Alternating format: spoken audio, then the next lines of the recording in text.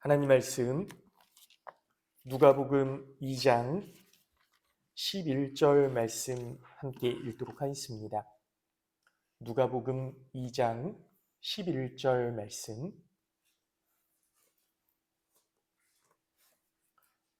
누가복음 2장 11절 말씀. 신약성경 89쪽입니다. 누가복음 2장 11절 말씀. 우리 한 절 말씀인데요. 합독해서 읽도록 하겠습니다. 오늘 다윗의 동네에 너희를 위하여 구주가 나셨으니 곧 그리스도 주시니라. 아멘. 네, 오늘 예배에 나오신 우리 모든 성도님들 주님의 이름으로 환영하고 축복합니다. 하나님의 은혜와 사랑이 늘 함께 하시기를 예수님의 이름으로 기도하겠습니다. 특별히 오늘부터 이제 대림절이 시작이 되었어요. 그 대림절이라는 기간은 예수님의 오심을 기다리는 절기거든요. 이제 한 해가 성령 강림 후 마지막 주로 다 이제 끝이 나고요. 이제 시작이에요. 시작입니다. 예수님 우리의 마음 가운데, 우리의 삶 가운데 들어오셔서 다시 우리가 오늘 우리 교회의 주제 다시 새롭게 우리의 삶을 시작할 수 있도록 도와주시옵소서.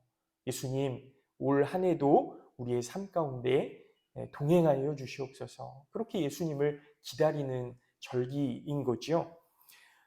우리의 삶 속에 예수님이 오시면 우리의 모든 문제가 해결되고 평화할 수 있는 은혜가 있게 되리라 믿습니다.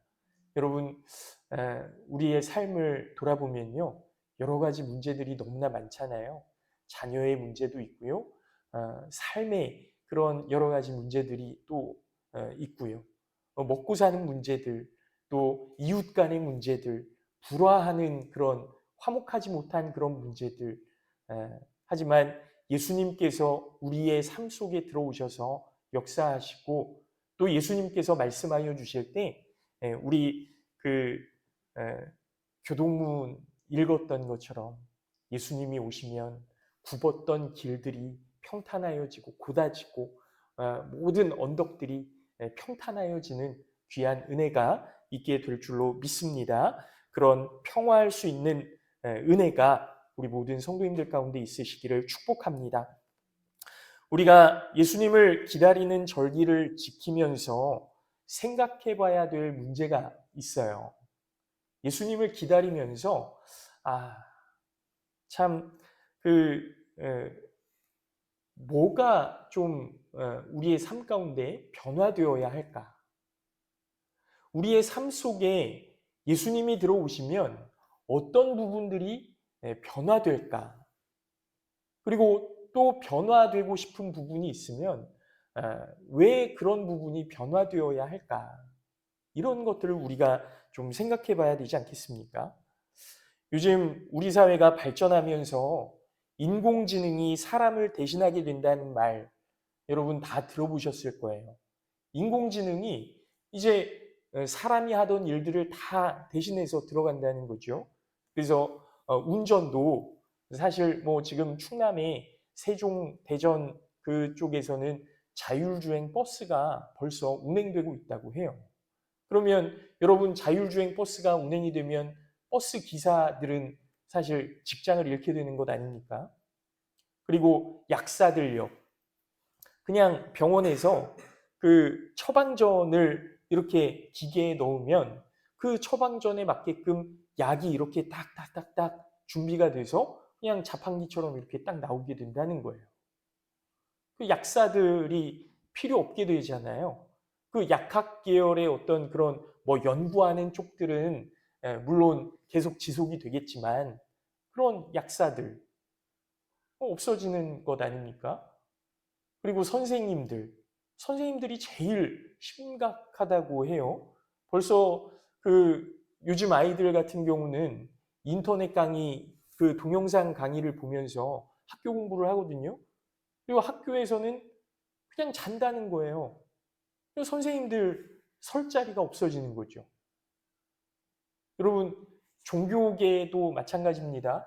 벌써 인공지능에다가 대림절 설교 이렇게 딱 넣으면 인공지능이 그 설교문을 이렇게 쭉 입력해 준다는 거예요. 이렇게 해준다는 거예요. 그러면 그 인공지능이 또 사람의 목소리를 빌려서 신뢰감이 있는 목소리로 이렇게 설교를 해준다는 겁니다. 내가 지금 위로받고 싶은데, 하나님의 말씀으로 위로받고 싶은데, 어떤 말씀이 있나요? 이렇게 질문을 컴퓨터에 입력하면 인공지능이 그런 말씀을 전해준다는 거예요. 목사도 안심할 수 있는 그런 상황이 아닌 거죠. 그런데 어떤 선생님이 그런 말씀을 하셨대요. 수업을 인공지능이 대체한다고 해도 아이들을 교실에 앉아있게 만드는 사람은 교사가 아니면 안 된다는 거예요. 여러분 이해가 가시나요? 그냥 인공지능이 수업을 다 해줘요. 그런데 아이들을 어떻게 앉아있게 할 거냐. 여러분 그냥 동영상 보다 보면 한 귀로 듣고 한 귀로 나가는 이런 상황이 오는 거죠. 공부할 의지가 없으면 그냥 틀어놓고 있는 거예요. 아무것도 몰라요. 뭘 들었는지도 몰라요. 기억에 남지 않아요. 그 자리에 앉아있게 할 수 있는 건 사람이 할 수밖에 없다. 좀 일리 있는 주장 아닙니까? 아이들이 자기 의지로 배우겠다고 하지 않으면 인공지능이 억지로 아이들을 앉아있게 하거나 수업을 독려할 수 없다는 거죠. 이건 교사, 사람이 아니면 할 수 없다라는 거예요. 예배도 마찬가지고요. 여러분 이 이야기를 들으면서 저는 하나님이 떠올랐습니다. 하나님이 떠올랐어요. 하나님께서 우리의 삶 속에 함께하기 원하시고 우리의 삶에 간섭하셔서 바른 길로 인도하기 원하시는데 하나님이 강제하실 수 없거든요. 내가 너와 함께할 것이다. 분명히 약속해 주셨는데 우리가 하나님 앞에 하나님 도와주세요. 하나님 내 인생에 간섭해 주세요. 하나님 내가 하나님의 은혜를 구하니 하나님 이 모든 상황 가운데에서 하나님의 은혜로 도와주시옵소서. 그렇게 요청하지 않으면 이건 어떻게 하나님도 하실 수가 없는 거예요. 우리가 하나님을 거부하고 거절하면 하나님과 화평할 수 없고 구원의 길에서 멀어질 수밖에 없는 겁니다. 그러면 하나님께서 왜 인간의 모습으로 이 땅에 오셨을까? 눈에 보이지 않는 하나님을 믿지 않으니까. 여러분 눈에 보이지 않으니까요. 하나님이 너희와 함께 하신다. 하나님이 우리와 함께 하신다. 하나님이 살아계셔서 역사하신다. 아무리 이야기를 해도요. 사람들의 가슴 속에 느낌이 없는 거예요. 믿어지지가 않는 거예요. 하나님의 말씀을 제대로 듣지 않으니까 하나님께서 사람의 눈높이를 맞춰주기 위해서 이 땅에 오신 것 아니겠습니까? 말씀이신 예수님이 육신이 되어서 그냥 허공에 울려 퍼지는 그런 말씀이 아니라 정말 눈에 보이는 하나님이 이 땅 가운데 오셔서 사랑을 보여주시고 섬김을 보여주시고 화해를 보여주시고 용서하시고 우리의 하나됨을 위해서 일하시는 것을 보여주신 것 아니겠습니까? 이것은 하나님이 아니면 하실 수 없는 일이에요. 오직 예수님만이 하실 수 있는 일이기 때문에 예수님께서 이 땅에 오신 줄로 믿습니다. 여러분 오늘 말씀의 제목은 12월의 주제예요. 12월의 주제. 그 문에 들어가며. 여러분 달력 이제 한 달 동안 12월 달 달력을 보시면서 그런 생각하실 거예요. 2023년 벌써 다 갔구나. 그런데 여러분 그 문에 들어가며 이 문구를 보시면서 내가 저 문에 들어가야 되겠구나. 내가 예수님이 가셨던 그 문에 들어가야 되겠구나. 은혜의 문, 평화의 문, 용서의 문, 사랑의 문, 섬김의 문, 이 문으로 우리가 들어가야 되겠구나. 그렇게 기도하시기를 부탁을 드립니다. 우리가 어떤 문으로 들어가야 할까를 생각해 보며 함께 말씀을 나누려고 하는데요. 우리가 어떤 문으로 들어갈까? 이것을 먼저 생각하기보다 예수님께서는 어떤 문으로 들어가셨는지가 중요하지 않겠습니까? 우리는 예수님의 뒤를 따르는 성도이고 제자이기 때문에 그런 거지요. 그러면 예수님이 이 세상에 오신 것이 어떤 문으로 들어가신 것일까?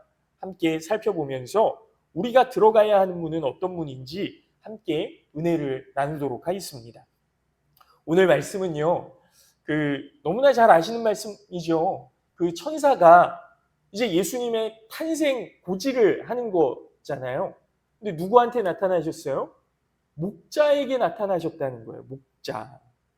천사가 목자들에게 예수님의 태어나심에 대해서 말씀해 주시는 내용인데, 그 내용이 심상치가 않습니다. 이거 진짜 심상치가 않은 내용이에요. 왜냐하면 오늘 우리를 구원하실 구원자 그리스도께서 나셨다, 이렇게 말씀하시는 거예요. 오늘 지금 우리를 구원하실 구주가 나셨다. 어디예요? 다윗의 동네에. 여러분, 목자들의 입장에서 이 사실이 얼마나 놀라운 이야기였을까? 여러분 생각해 보세요. 당시 사람들이 구원자 메시아를 얼마나 기다리고 있었습니까? 지금 바벨론에 의해서 나라가 멸망한 지 거의 한 600년 조금 안 되게 그렇게 기간이 지났거든요. 그러니까 600여 년 전에 나라가 멸망해서 바벨론의 포로로 살다가 70년 만에 돌아와서 에스라와 느헤미야를 통해서 이제 그 예루살렘을 다시 재건축하고요. 성전을 다시 짓고요. 거기 모여서 살고 있었어요. 그런데 주변의 여러 나라들에 의해서 계속 위협을 받고 있는 겁니다. 결국에 어떻게 돼요? 로마에 흡수되지 않습니까? 로마의 식민지로 지금 살고 있는 거예요.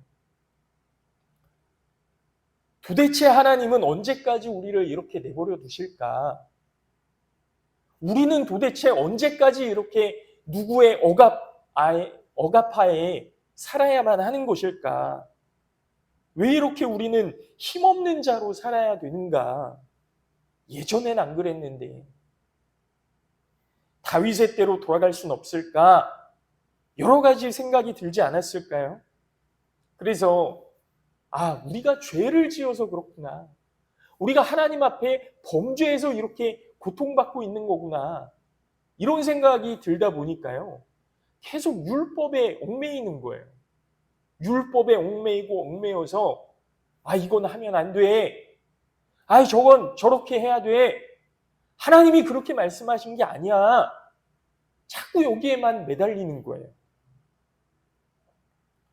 그렇게 스스로를 율법으로 몰아붙이는 상황에 오는 겁니다. 극단으로 치우치는 거죠. 그런데 오늘 구원자 메시아가 다윗의 동네에 나셨다라는 거예요. 이게 얼마나 기쁜 소식입니까? 그런데 문제는 뭐냐면요. 왜 이걸 우리한테 얘기하시지? 그런 거예요. 이걸 왜 우리한테 얘기하시지? 여러분, 오늘 집으로 돌아가셔서 집에서 주무시고 계시다가 갑자기 천사가 나타나서 오늘 우리 대한민국을 이끌어갈 구원자가 나실 겁니다. 이런 하나님의 음성을 딱 들었다고 생각해 보세요. 이걸 왜 나한테 말씀하시지? 내가 어떤 역할을 해야 되는 건가? 내가 그분을 찾아가서 어떻게 좀 잘 양육을 해야 되는 건가? 내가 뭘 어떻게 해야 되는 거지? 이런 생각이 들지 않을까요? 그렇지 않습니까?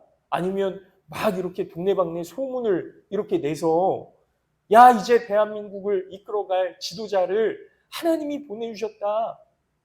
여러분 막 이렇게 동네방네 소문내고 다니면 어떻게 될까요? 손가락질 당할 거예요. 아, 저 사람 무슨 이단에 빠졌나 보다. 뭐 이렇게요. 그렇지 않을까요? 이 목자들이 그런 생각하지 않았겠어요? 이런 엄청난 일은 아니 통치자나 뭐 왕이나 그런 종교 지도자들에게 좀 이야기해야 되는 것 아닌가 이런 생각하지 않겠습니까? 그래서 종교 지도자들이 하나님이 보내주신 이 메시아를 잘 말씀으로 양육해서 정말 이 나라를 다시 세워나갈 그런 지도자로 세우고 왕이 그 태어난 메시아를 양자로 삼아서 왕권을 물려줘서 그래서 이 나라를 다시 부강한 나라로 만들 수 있도록 그렇게 해야 되는 것 아니냐고요. 이걸 왜 목자한테 이야기를 하냐고요. 그래야 메시아를 통해 다윗의 때로 돌아갈 수 있는 것 아닙니까? 그러나 하나님은 사람의 악함을 알고 계셨던 거예요. 사람의 악함을 알고 계셨던 거예요. 사람들은 특별히 현재 나라를 다스리고 있는 그 지도자들은 지금이 익숙하거든요. 익숙해요. 지금 내가 다스리고 있는데, 불편한 것 없는데, 로마의 통치를 받고 있지만 로마가 다스리는 그 식민지 땅들은 특별자치지역으로 이렇게 구별을 해서요. 그 땅에서 난 사람들, 그 출신 사람들이 그 왕도 하고 총독도 하고 뭐 이렇게 하게끔 만들어 놨었거든요. 그 나라 사람에게 맡겨놓고 세금만 잘 내면 그냥 내버려 뒀습니다. 자유롭게요. 물론 군대를 파견해서 반역을 도모하지 못하도록 했지만 그래도 자유롭게 살 수 있도록 그냥 편의를 봐줬던 거예요. 그러니까 편한 거예요. 내가 지도자고 내 마음대로 할 수 있으니까요. 그런데 하나님의 말씀을 내세워서 지도자가 되었고 하나님의 말씀을 내세워서 지금 내 마음대로 할 수 있었는데 하나님께서 내가 새로운 지도자를 보냈다. 이 사람이 메시아다. 이렇게 말씀하셨다고 하면 여러분 지도자의 입장에서 어떻겠습니까? 여러분 제가 은혜교회 담임 목사로 있는데요. 하나님이 다른 목사님을 내가 은혜교회를 다스릴 담임 목사로 보냈다. 이러면 제 마음이 어떨까요? 막 무너질 거예요. 하나님 제가 얼마나 열심히 했는데요. 하나님 제가 얼마나 기도했는데요. 하나님 어떻게 저한테 이러실 수 있습니까? 여러분 지도자들도 다 마찬가지 아닙니까? 다 빼앗기는 것 아닌가?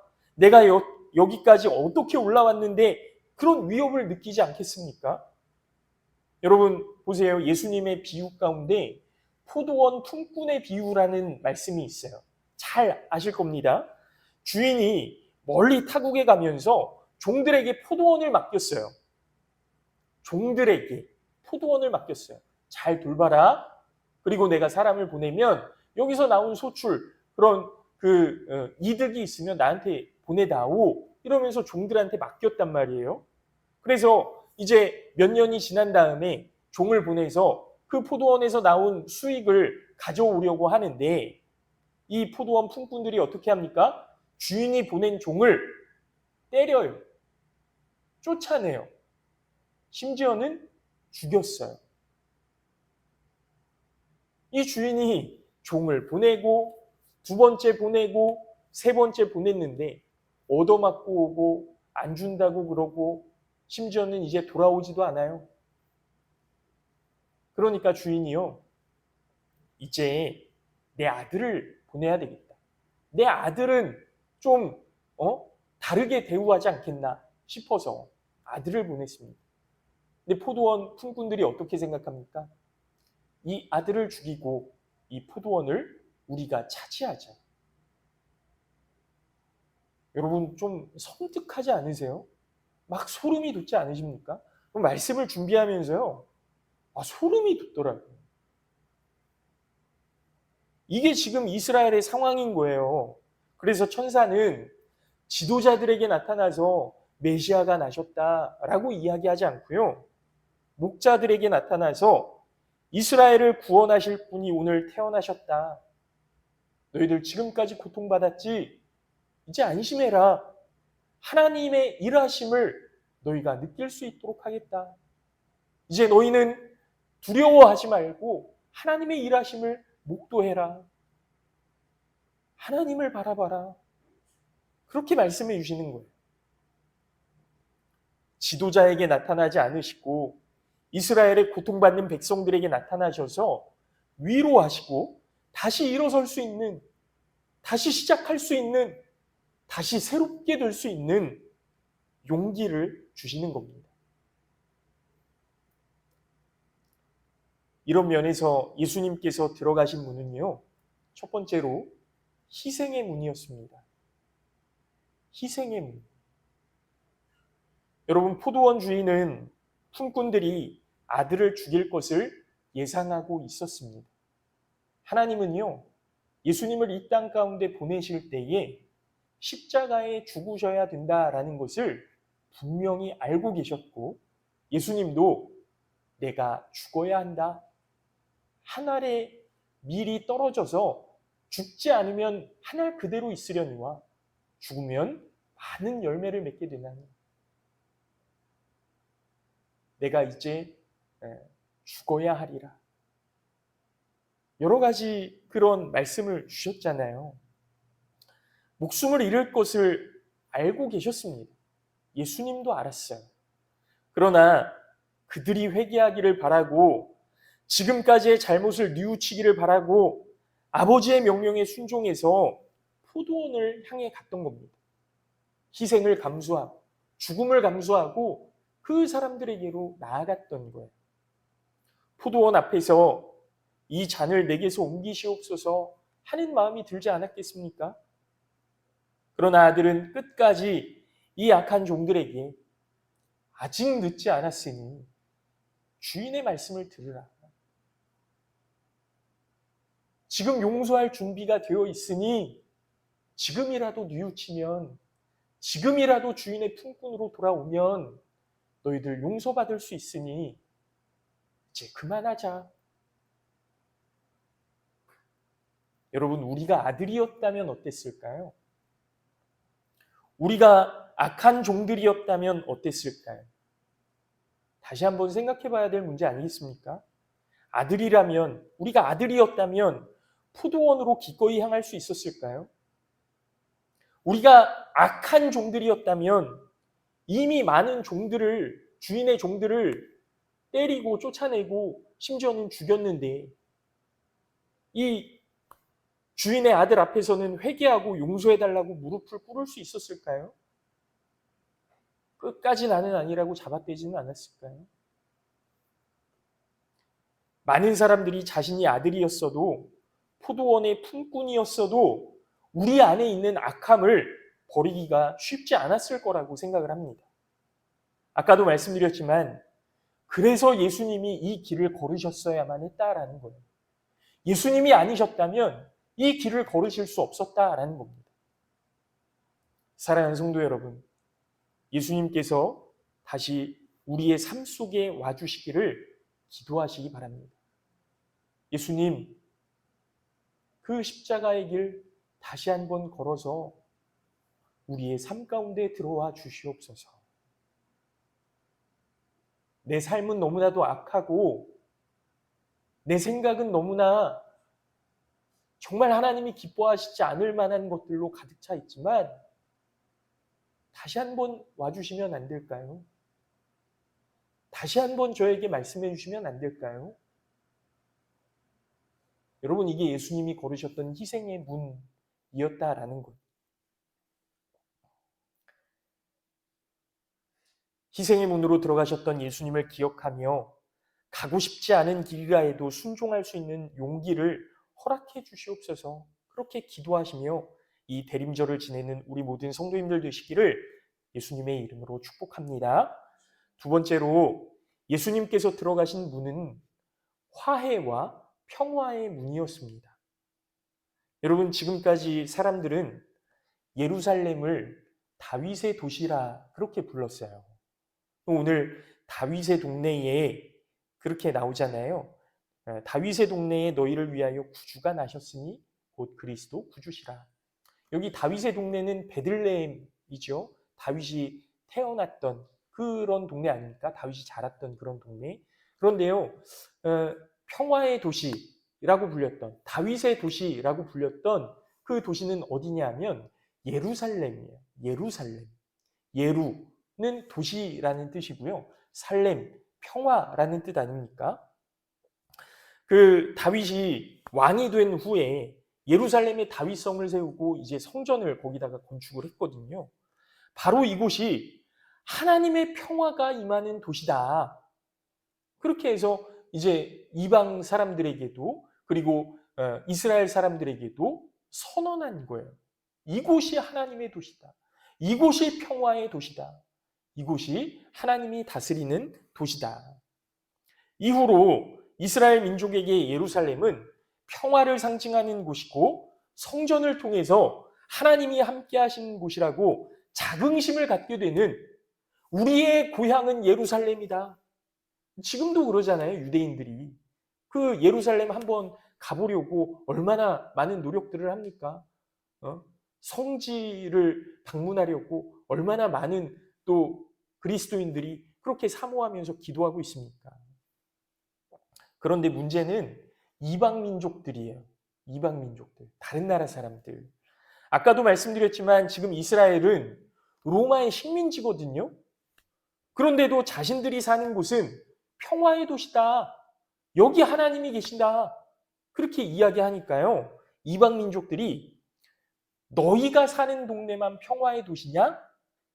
너희만 하나님의 손 아래에 있느냐? 이렇게 묻는 거예요.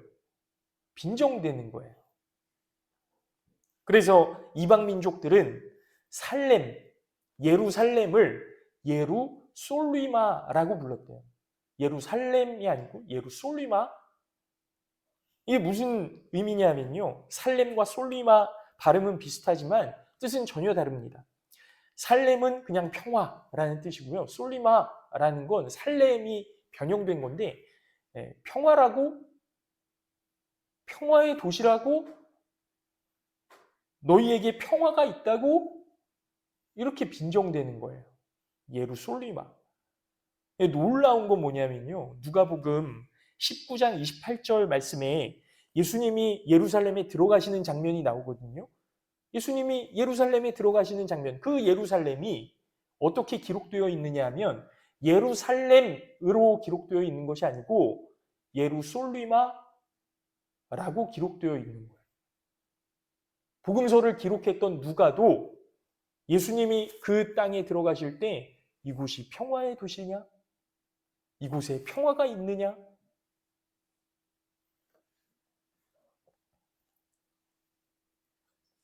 여러분 오늘 말씀을 보십시오. 사람들은요, 평화의 도시, 다윗의 도시, 하나님의 도시를 정말 그곳에 평화가 있느냐? 이렇게 물었어요. 복음서를 기록했던 누가도 정말 그곳이 평화의 도시냐? 이렇게 물었어요. 그런데 예수님은, 하나님께서 보내신 천사는 뭐라고 이야기를 하냐면요. 오늘 말씀 다시 한번 제가 읽어드립니다. 오늘 다윗의 동네에 너희를 위하여 구주가 나셨으니 곧 그리스도 주시니라. 다윗의 동네에 너희를 위하여 구주가 나셨다. 여러분, 너희를 위하여 오늘 구원자로 이 땅에 오셨다. 예수님께서 너희를 위하여 오셨다. 우리를 위하여, 하나님의 나라를 위하여, 포도원을 차지하기 위하여가 아니라 너희를 위하여라고 분명히 말씀하시는 거예요. 이 말씀이 무슨 의미일까요? 우리는 범죄하였고 우리는 악하지만 예수님께서는 용서하실 준비가 되어 있다는 겁니다. 내가 이 땅에 온 것은 너희를 위한 것이다. 나를 위한 것이 아니다. 너희를 위한 것이다. 예수님은 화해하실 준비가 되어 있다는 거죠. 정복을 위해 전쟁을 준비하시는 것이 아니라, 너희들 잘못했으니까 심판을 준비하는 것이 아니라 평화를 위해 화해를 준비하고 계시다라는 겁니다. 여러분, 오늘 우리의 모습을 잘 보시기 바래요. 예수님을 기다리는 우리는, 예수님을 기다리는 그 대림절을 보내는 우리는 지금 화해를 준비하고 있습니까? 평화를 준비하고 있습니까? 세상 사람들이 거기에 평화가 있다고 이렇게 부르지는 않을까요? 여러분, 전쟁을 준비하지 마시기 바라요. 우리 안에 미움을 준비하지 마시길 바라요. 예수님은 우리를 위하여 이 땅에 오셨습니다. 하나님의 것을 다 빼앗고 하나님의 것을 내 것처럼 여기고 하나님의 말씀을 순종하지 않고 내 뜻대로 살아왔지만 하나님은 우리를 위하여 이 땅에 오시는 거예요. 우리를 위하여 십자가를 지실 준비를 하시는 거예요. 화해를 준비하시고 평화하기 위해서 이 땅 가운데 오셨다라는 겁니다. 여러분, 우리가 예수 그리스도를 믿는다면, 예수 그리스도께서 걸으셨던 길을 걷기를 원하신다면 정말 우리 안에 평화의 하나님이 임하여 주시기를 기도하시는 믿음의 성도들이 되시기를 예수님의 이름으로 축복합니다. 사랑하는 성도 여러분, 예수님께서 들어가셨던 평화의 문으로 들어오시기 바랍니다. 너희를 위하여 이것이 예수님께서 이 땅에 오셨던 목적입니다. 바라기는 우리 모든 성도님들이 예수님께서 들어가셨던 화해와 평화의 문으로 들어가시기를 바라고 우리 교회가 특별히 평화의 도구로 쓰임받는 귀한 하나님의 처소가 될 수 있기를 예수님의 이름으로 축복합니다. 이제 말씀을 마칩니다. 이제 4주 동안 대림절로 지키면서 우리의 삶 속에 예수님께서 오시기를 기도하는 기간으로 지내게 될 텐데요. 이번 주간에는 예수님께서 오셔서 우리의 삶을 어떻게 인도하실지 묵상하며 보내시기 바랍니다. 예수님이 오시면 내 삶이 어떻게 변할까? 우리 가정이, 우리 교회가 어떻게 변화할까? 사랑하는 성도 여러분, 예수님께서 이 땅에 오신 것은 희생의 문으로 들어가시기 위해서였고 화해와 평화의 문으로 들어가시기 위해서였습니다. 예수님이 우리 삶에 오시면 우리가 돈을 더 잘 벌고 성공하고 오래 살고 다른 사람보다 높은 자리에서 명령하는 삶으로 바뀌는 것이 아닙니다. 예수님이 우리의 삶에 오시면 우리 마음속에 용서가 준비되고 화해하고 평화를 이루는 삶으로 변화될 줄로 믿습니다.